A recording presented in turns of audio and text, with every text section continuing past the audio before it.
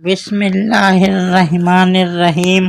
نماز جنازہ اعلیٰ حضرت امام احمد رضا بریلوی رحمۃ اللہ تعالی علیہ فتاوی رضویہ جلد 4 میں تحریر فرماتے ہیں کہ حضور صلی اللہ تعالی علیہ وسلم کے جنازہ اقدس پر نماز کے بارے میں فقہائے کرام کی مختلف رائے ہیں۔ بہت سے علماء عام لوگوں کی نماز جنازہ کی طرح مانتے ہیں۔ وہ فرماتے ہیں کہ حضرت ابوبکر صدیق رضی اللہ تعالی عنہ کے دستے حق پرست پر جب تک بیعت نہ ہوئی تھی، لوگ فوج در فوج حجرہ مبارکہ میں آتے اور نماز اقدس پر نماز پڑھتے جاتے۔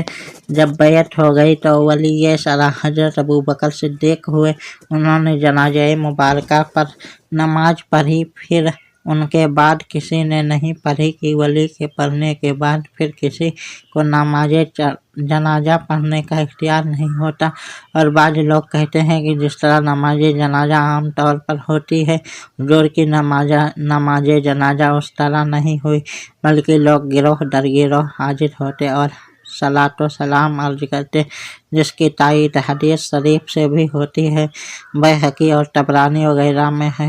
حضرت عبداللہ بن مسعود رضی اللہ تعالیٰ عنہ سے مروی ہے کہ رسول اللہ نے فرمایا کہ جب میرے غسل و کفن سے فارغ ہو جاؤ تو مجھے ناس مبارک پر رکھ کر باہر چلے جاؤ۔ سب سے پہلے جبریل مجھ پر صلات کریں گے، پھر میکائیل، پھر اسرافیل، پھر ملک الموت اپنے سارے لشکروں کے ساتھ، اور پھر گروہ در گروہ میرے پاس حاضر ہو کر مجھ پر درود و سلام عرض کرتے جاؤ۔ انتہا کلامہ۔ جس حجرہ مبارکہ میں وصال ہوا، غسل و کفن کے بعد وہیں رکھا گیا۔ لوگ ہر 4 طرف سے نماز جنازہ کے لیے ٹوٹ پڑے، لیکن چونکہ حجرہ مبارکہ میں جگہ کم تھی، اس لیے تھوڑے تھوڑے کر کے پہلے مرد حاضر ہوئے، پھر عورتیں، پھر بچے۔ اس سبب سے دفن میں تاخیر ہوئی، جس کو بعض نہ سمجھ دوسری غلط باتوں پر محمول کرتے ہیں۔ بہرحال سب لوگ جب نماز جنازہ یا درود و سلام پڑھ چکے تو حضرت علی، حضرت ابن عباس، حضرت فضل بن عباس اور حضرت قاسم بن عباس علیہم السلام نے آپ کے جسم اقدس کو قبر انور میں اتار کر قبلہ رو داہنے پہلو پر لٹایا۔